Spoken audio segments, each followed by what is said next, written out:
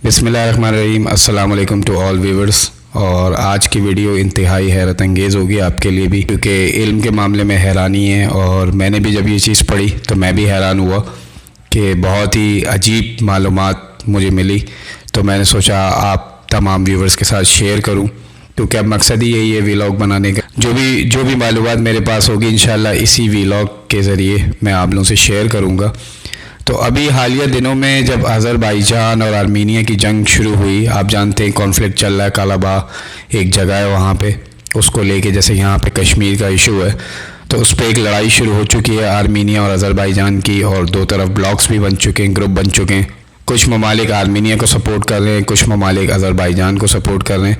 लेकिन इसी दौरान इसी कॉन्फ्लिक्ट के दौरान एक हदीस जो है वो मेरे एक बहुत ही अच्छे दोस्त ने मुझे भेजी, और उसने मुझे कहा, मोहम्मद वासिफ़ अली, उसने मुझे कहा कि ज़रा सा रिसर्च करो, पता लगाओ कि ये किस हद तक सही है और ये जो किताब बता रहे हैं वाकई इस किताब में है कि नहीं।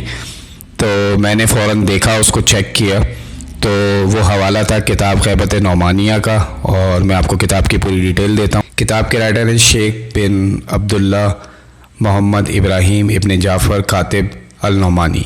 तो ये इस किताब के राइटर है और इनकी किताब है बहुत ही मशहूर ग़ैबत नौमानिया। इन्होंने इस किताब में आइम्मा के हवाले से वो तमाम हदीसें यकजा की हैं जो ग़ैबत के मुतालिक हैं, जो ज़हूर के मुतालिक हैं, और उस पीरियड के दौरान जो ज़हूर से पहले का एक अरसा आएगा जिसमें हम जी रहे हैं, तो उस दौरान क्या हालात रूनुमा होंगे और आइम्मा ने हमें क्या बताया, वो तमाम अहादीस हमें इस किताब में मिलती है। और अभी सिर्फ इस वीडियो में मैं सिर्फ उस एक हदीस पे बात करने जा रहा हूँ जो मुझे मिली इस किताब में, और बहुत ही हैरत अंगेज़ हदीस है। जब अज़रबैजान से आग के शोले और चिंगारी भड़के तो बस इंतज़ार करना कि तुम्हारे कायम का ज़हूर करीब है, और जैसे ही तुम्हें ये इत्तला मिले कि तुम्हारे इमाम का ज़हूर करीब है तो तुम उसकी तरफ जल्दी करना, हत्ता कि अगर तुम्हें ज़मीन पर रेंगना भी पड़े तो रेंगते हुए अपने इमाम की अताअत में और उनकी नुसरत में पहुँच जाना। और जो इमाम के मुतालिक और ज़हूर के मुतालिक अहादीस हैं उसमें मैंने बेशतर जगहों पे ये जुमले पढ़े, और इस हदीस में भी वो जुमला शामिल है कि तुम फिर अपने घरों में बैठ जाना और इंतज़ार करना कि हमारा कायम कब ज़हूर करता है। और जैसे ही ये वाक़यात तुम देखो तुम्हारी ज़िंदगी के सामने हो रहे हैं, बस अपने इमाम का इंतज़ार करना, और जैसे ही उनकी आवाज़ सुनना तो उनकी नुसरत के लिए बढ़ जाना, दौड़ पड़ना, और इस शिद्दत से दौड़ना कि तुम्हें अगर ज़मीन पे भी रेंगना पड़ जाए तो रेंगते हुए जाना, रगड़ते हुए जाना, लेकिन अपने इमाम के पास पहुंच जाना। तो ये इस पूरी हदीस में बातें की गई हैं और बहुत ही हैरत अंगेज़ है। क्योंकि देखें, अब हमें तो नहीं पता इमाम हसन अस्करी अलैहिस्सलाम अल्लाहुम्मा सल्ली अला मोहम्मद वाले मोहम्मद का फरमान है कि जो कायम के ज़हूर का वक्त बताए, तारीख़ बताए, वो काज़िब है। तो किसी को नहीं पता, ये अल्लाह का अम्र है, ये अल्लाह का राज है कि इमाम कब ज़हूर करेंगे। लेकिन आइम्मा ने हमें हदीस बताई हैं जो माइल स्टोन्स हैं, जिससे हमें पता चलेगा कि किस पॉइंट से वाक़यात कितना दूर हैं। अगर हम ज़हूर के मौजू का जायज़ा लें और इस मौजू पे बात करें, क्योंकि ये मेरा बहुत ही पसंदीदा मौजू है और इंशाअल्लाह इस पे मैं एक पूरी सीरीज़ बनाऊंगा, क्योंकि अल्लामा डॉक्टर सैयद ज़मीर अख्तर नकवी के पास मुझे जो सबसे ज़्यादा जिस मौजू पे उनसे मैं बात करता था और मेरे डिस्कशंस होते थे वो इमाम का ज़हूर था। और मैं उनकी वो तमाम तकरीर मुझे याद हैं जिसमें उन्होंने ज़हूर से मुताल्लिक, 12वें इमाम से मुताल्लिक कोई एक छोटी सी भी बात पढ़ी है तो मैंने जमा की है।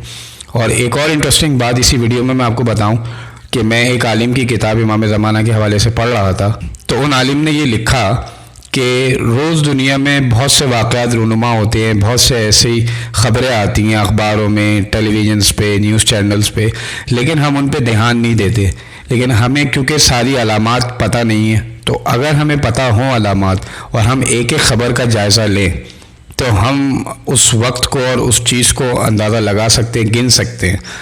तो तभी से उन आलिम की ये ज़बरदस्त बात पढ़ने के बाद मेरी एक आदत बन गई कि डेली बेसिस पे मुझे शौक़ हो गया कि पूरी दुनिया की ख़बरें जमा करूं, और इसीलिए मैंने अखबार पढ़ना शुरू किया। वरना हालांकि मुझे न्यूज़ से और इन सब चीज़ों से कोई ख़ास दिलचस्पी नहीं थी, लेकिन वर्ल्ड पॉलिटिक्स और पूरी दुनिया में जो वाक़यात होने लगे तो फिर मैंने आहिस्ता आहिस्ता उन तमाम वाक़यात की ख़बर रखना शुरू की, क्योंकि ये वाक़यात कहीं ना कहीं किसी अलामत से जाके जुड़ जाते हैं, कहीं ना कहीं हमारे इमाम की ज़हूर की खुशखबरी इन वाक़यात के पीछे मौजूद है। तो अगर इसी तरह जायज़ा लें और इन हदीसों को हम देखते जाएँ تو سب سے پہلے جو میں یہ سمجھتا ہوں اور جو اماموں کی حدیث ہم نے دیکھی اس حوالے سے جنگ عظیم کا ہونا بہت ضروری ہے. تو اگر ہم جنگ تک پہنچ جائیں تو وہاں سے ہم چیزوں کو اور قریب سے دیکھ سکتے ہیں اور ہمیں اندازہ ہو جائے گا کہ واقعات کتنے قریب ہیں، امام کا ظہور کتنا قریب ہے، اور پھر امام کے ظہور سے پہلے دجال کا آنا. تو یہ بہت طویل موضوعات ہیں اور مجھے یہ شرف حاصل ہوا کہ علامہ صاحب سے میں نے یہ موضوعات سنے، اور جو میں ریسرچ کرتا جاتا تھا، جو میں پڑھتا جاتا تھا، میں ان سے ویریفائی کرواتا تھا، کنفرم کرتا تھا، اور وہ اس پہ صحیح لاتے تھے یا مزید مجھے کچھ بہتر رہنمائی کرتے تھے.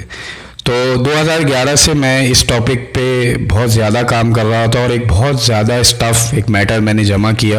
تو انشاءاللہ پوری سیریز بناؤں گا، اور وہ سفر اور وہ چیزیں میں نے کس طرح جمع کی اور میرا شوق، کیونکہ یہ عشق امام ہے. امام نے تو یہ کہا، امام نے فرمایا کہ اگر ایک سوئی بھی تم نے جمع کی ہے قائم کے ظہور کے بعد انتقام لینے کے لیے یا ان کی نصرت کے لیے، تو وہ بھی عبادت ہے. اور یہ تک فرمایا کہ امام کا ظہور کا انتظار کرنا بھی، یعنی انتظار ظہور امام زمانہ بھی ایک عبادت ہے. تو انتظار یہی ہوتا ہے کہ آپ پل پل دیکھ رہے ہوتے ہیں. اور علامہ ڈاکٹر سید ضمیر اختر نقوی اس جگہ پہ ایک بہت اچھی مثال پیش کرتے تھے، اور میں چاہوں گا کہ وہ آپ سے بھی شیئر کروں.